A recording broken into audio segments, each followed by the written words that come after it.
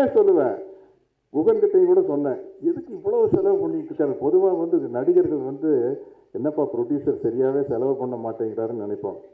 ஆனால் எதுக்கு இவ்வளவு செலவு பண்ணுறாருங்கிற மாதிரி நினைக்க வச்சவர் மன்சூர். இந்த படத்தினுடைய ஹிந்தி டப்பிங்க்கு இன்னும் டப்பிங்கே பண்ணல, இனிமேல் தான் பண்ண போகிறார். தமிழும் தெலுங்கு தான் டப்பிங் பண்ணியிருக்காரு. ஹிந்தி டப்பிங்க்கு 6 மாதத்துக்கு முன்னாடியே பாம்பேல பெரிய ப்ரீமியர் ஷோலாம் நடத்தி காட்டிட்டாங்க.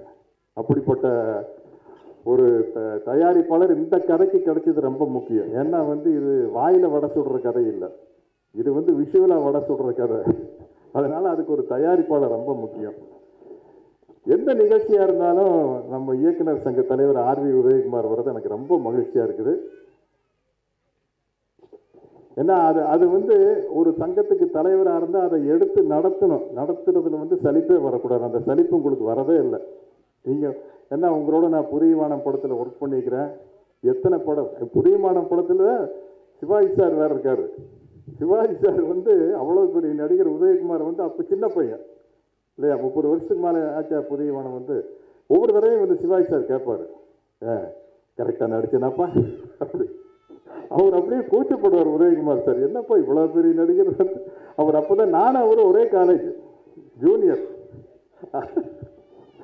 பாட்னி, நானும் பாட்னி மேஜர், அவரு உதயகுமார் பாட்னி மேஜர்.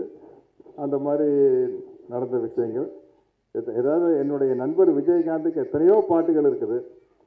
ஆனால் வந்து ஒரு அருமையான பாட்டு எழுதுனது வந்து உதயகுமார் தான். சின்ன கவுண்டர் படத்தில் வானத்தை போல மனம் படைச்ச மன்னவனேனா, எங்கே போனாலும் அவர் நினைவாக ஒரு நிகழ்ச்சி நடத்தணும்னா விஜயகாந்தை பொறுத்த வரைக்கும் வானத்தை போல மனம் பிடிச்ச மன்னவனே தான். அதுக்கு உங்களுக்கு நான் என்னுடைய நன்றியை தெரிவிச்சுக்கிறேன். இந்த வெப்பன் ஷூட்டிங் போனால் எல்லாரும் வந்து பாடி பில்டராக இருக்கிறாங்க. என்ன தவிர வசந்த் ரவி சட்டையை கட்டினா 6 பேக்ஸ் வச்சிருக்காரு, ராஜீவ் பிள்ளை சட்டையை கட்டினா 8 பேக்ஸ் வச்சிருக்காரு அவரு. அது இங்கே ஒரே சிங்கிள் பேக் தான். அவ்வளோ ஹார்டாக ஒர்க் பண்ணுறாங்க. ஆனால் நம்ம ஸ்டண்ட் மாஸ்டர் சுதீஷ் வந்து ரொம்ப, அவர் எனக்கு நம்ம புரியவானம் எல்லாத்துலேயும் ஒர்க் பண்ணியிருப்பார். எல்லாம் அப்போ வந்து விக்ரம் தர்மா, சூப்பர் சுப்பராய மாஸ்டர்கிட்ட எல்லா படத்துலையும் அவர் சுதீஷ் ஒர்க் பண்ணுவார். அந்த எக்ஸ்பீரியன்ஸ் அதனால் வந்து எங்களையெல்லாம் ரொம்ப கஷ்டப்படுத்தின மாஸ்டருக்கு. சூப்பர் சுப்பராயன்கிட்ட எல்லாம் ஒர்க் பண்ணிட்டோம்னு வச்சுக்கங்களேன், எங்கே வேணாலும் போய் சண்டை போட்டுடலாம், அப்படிப்பட்ட மாஸ்டர். ஆனால் இன்றைக்கி சுதீஷ் வந்து எங்களை கஷ்டப்படுத்தாமல் நம்மளுடைய வயசையும் சைஸையும் மனசில் வச்சுக்கிட்டு அதுக்கு தகுந்த மாதிரி நோகாமல் நோம்பி கும்பிட்ற மாதிரி ஒரு படம் பண்ணியிருக்காரு. ஆனால் இந்த படம் பாருங்கள், விஷுவலாக பார்க்கல அவ்வளோ பிரமாதமாக இருக்குது. ஏன்னா இனிமேல் எதிர்காலத்தில் சினிமா வந்து இப்படி பெருசாக போயிட்டுருக்கும். நான் எப்படி வேணாலும் ஒரு நடிகரை காட்டிடலாம். இப்போ பாகுபலியில் நடிக்கையிலேயே நான் இதே வெயிட்டு தான். ஆனால் இந்த கட்டப்பால் அப்படி இருந்தது காரணம் இங்கே பேடு கீடெல்லாம் வச்சு நம்மளை அப்படி ஆக்கிட்டாங்க. இப்போ பாகுபலி அனிமேஷன் இன்னைக்கு ரிலீஸ் பண்ணுறாங்க, May 17 கார்ட்டூனாக பண்ணுறாங்க. கட்டப்பா இன்னும் மசூலெல்லாம் அதிகமாகி போச்சு. அதில் அவன் ஆர்னால்ட் ஷ்வார்ஸ்நெகர் சில்வஸ்டர் ஸ்டார் லெவலுக்கு இருக்கிறாப்புல. அப்படி இதுவும் கூட இந்த படம் கூட இந்த மாதிரி படங்கள் ஜெயிச்சிருச்சுன்னா எதிர்காலத்தில் வந்து இந்த ஸ்பைடர் மேன் மாதிரி, சூப்பர் மேன் மாதிரி, என்ன ஹல்க், இது மாதிரியெல்லாம் ஒரு ஃப்ரான்ச்சைஸ் ஆயிரும். அந்த ஃப்ரான்ச்சைஸ் ஆயிருன்னா காலம் பூரா அது இருந்துக்கிட்டே இருக்கும். அந்த காலத்தில் ஒரு சைனீஸ் படம் வந்தது. அந்த சைனாவில் ஒரு மன்னருடைய குழந்தை வந்து அவங்க இளவரசனாக இருக்கையில் அந்த மன்னராட்சியெல்லாம் போய் அங்கே பொது உடைமை சமுதாயம் வந்ததுக்கப்புறம் எங்கேயோ போய் எல்லாம் வந்ததுக்கப்புறம் அங்கே டூரிஸ்டாக கூப்பிட்டு போய் அந்த அரண்மனையை காட்டுவாங்க. அதில் இவனும் போனால் அங்கே எக்ஸ்பிளைன் பண்ணுவான், இங்கே தான் இளவரசர் விளையாண்ட இடம் அப்படின்னா அவன் நின்று வேடிக்கை பார்த்துருப்பான். அதை அவன் பெரிய ஆள் போய் திரும்பி வருவான். அது மாதிரி ஆயிரும். நம்ம ஒரு 10 வருஷம் கழித்து இந்த RFC ராமோஜிராவ் ஃபிலிம் சிட்டிக்கு போனால் இன்னும் 10 வருஷத்தில் 80 வயசு ஆகி போயிடும் உதய் சார். இப்போவே 70 போனால் இதுதாங்க கட்டப்பான்னு நம்மகிட்டே காட்டுவாங்க. அந்த மாதிரி இப்போ சினிமாங்கிறது வந்து வேற லெவலில் போயிட்டுருக்குது. அதுக்கு குகன் மாதிரி நல்ல கற்பனை வளம் மிக்க இயக்குநர்கள் வந்து ரொம்ப முக்கியம். வேற லெவலுக்கு கொண்டு போகிறதுக்கு வந்து ஒரு சினிமாவினுடைய வெற்றி, அதனுடைய வளர்ச்சி தான் வந்து அதுக்கு அதிகப்படியாக செலவு பண்ண வைக்கும். அப்படி இப்போ வந்திருக்கிற இளம் இயக்குநர்கள் வந்து வியாபாரத்தை பெரிய அளவில் பெருக்கிட்டாங்க. இன்னைக்கு தமிழ் சினிமாங்கிறது வந்து இந்தியா பூரா போகுது, ஜப்பானில் போகுது, வெளிநாடுகள் முழுக்க நம்ம தமிழர்கள் வந்து உலகத்தில் அதிகமான நாடுகளில் வாழும் இனமே தமிழ் இனம்தான். இன்னைக்கு இவ்வளோ பெரிய கலெக்ஷன் தமிழ் படத்துக்கு வர்றதுக்கு காரணம் வந்து உலகம் முழுக்கிற எல்லா நாட்டிலையும் பரவி இருக்கிற தமிழர்கள் தான். அவங்க வந்து பலவிதமான மீடியாவில் தமிழ் சினிமாவை பார்த்துடுறாங்க. அதனுடைய வருமானம் அவ்வளோ நல்லா இருக்குது. தமிழ் சினிமா கரெக்டான ஆக்ஷன் ஃபிலிம் நீங்கள் டப் பண்ணி விட்டீங்கன்னா மன்சூர் சார், இந்த படம்லாம் பீகார் மாதிரி இடத்துலையெல்லாம் ரொம்ப பிரமாதமாக போயிட்டுருக்கு தமிழில் ஆக்ஷன் ஃபிலிம்ஸ். இங்கே சரியாக ஓடாத படம் கூட அங்கே பிரமாதமாக ஓடிட்டு இருக்குது. ஏன்னா அவங்க நம்ம தென்னிந்திய மசாலா படத்தை வந்து ரொம்ப விரும்பி பார்க்குறாங்க. அது ஒரு தனி பிஸ்னஸாக அங்கே இருக்குது. அதே மாதிரி இன்னைக்கு இந்த ஊடக நண்பர்களுக்கு நான் ஒரு மிகப்பெரிய நன்றி சொல்லிக்கணும்.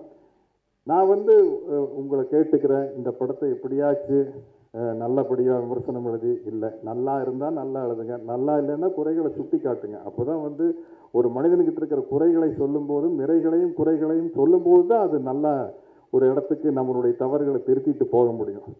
அதெல்லாம் வந்து ஊடக நண்பர்கள் வந்து நியாயமான முறையில் எல்லா படத்துக்கும் ஆதரவாக இருந்தால் போதும். ஏதோ நாங்கள் செலவு பண்ணி நடிச்சிட்டோம், நாங்கள் சம்பளத்தை வாங்கிட்டு இருக்கிறதுக்காக நீங்கள் வந்து புகழ்ந்து பேசணும்னு அவசியமே இல்லை. அது ஊடக தர்மமும் கிடையாது. அதனால் உங்கள் மனசுக்கு தெளிவாகப்பட்டதை எழுதுங்க. நான் அப்படித்தான் பேசுவேன். ஏன்னா பல பேர் நம்ம சினிமாக்காரங்க பேசல இந்த படத்தை பற்றி எப்படியாச்சுங்களையே அது பொய்யின் ஆகி போகுதில்ல. எப்படியாச்சும் நல்லா இருக்குன்னு எழுதாதீங்க, நல்லா இருந்தால் நல்லா இருக்குன்னு எழுதுங்க. அதுதான் எனக்கு நான் உங்கள்கிட்ட எல்லாம் கேட்டுக்கிறது. எனக்கு இந்த படத்தில் 2 ஹீரோன்னு நான் நினைக்கிறது வந்து ப்ரொடியூசர் மன்சூர் சாரும் டைரக்டர் குகனும் தான். அப்புறம் அதே மாதிரி உண்மையாக தான் சில படம் நடிகர்களை வச்சு ஜெயிக்கும், சில படங்கள் வந்து கதை வசனத்தை வச்சு ஜெயிக்கும். உதாரணத்துக்கு எடுத்தா அந்த கால KS Gopalakrishnan sir, V Sekhar sir படம்லாம் வந்து கதை வசனம் இதை வச்சு ஜெயிச்சிருவாங்க.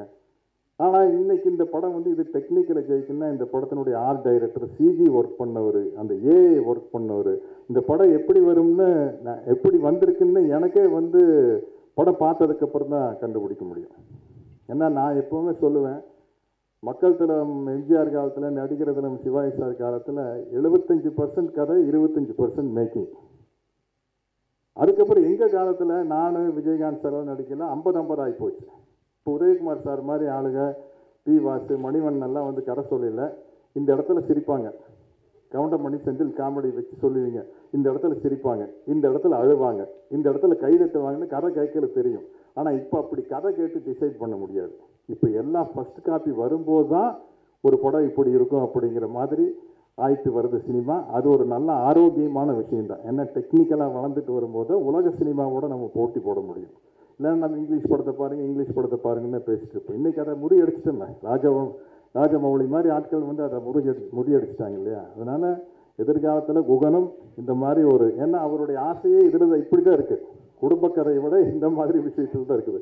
இதை நீங்கள் பெரிய சக்ஸஸ் பண்ணி இதை ஒரு ஃப்ரான்ச்சைஸ் பண்ணி, இதில் என் கேரக்டர் பேர் விசம்பன் தானே, ஆல்ரெடி கட்டப்பாக ஒரு ஃப்ரான்ச்சைஸ் ஆகிடுச்சு. ஏன்னா அது அனிமேஷனாக வர ஆரம்பிச்சிருச்சு இந்தியிலிருந்து. ஸோ எப்போ இன்னும் எத்தனை வருஷம் ஆனாலும் அது வந்து ஒரு ஃபேண்டம் அப்படிங்கிற மாதிரி ஒரு கார்ட்டூன் கேரக்டராக என்னைக்கு மாறிடுச்சு ஒரு கேரக்டரு, அது காலத்தால் அழியாத கேரக்டர் ஆயிடும்.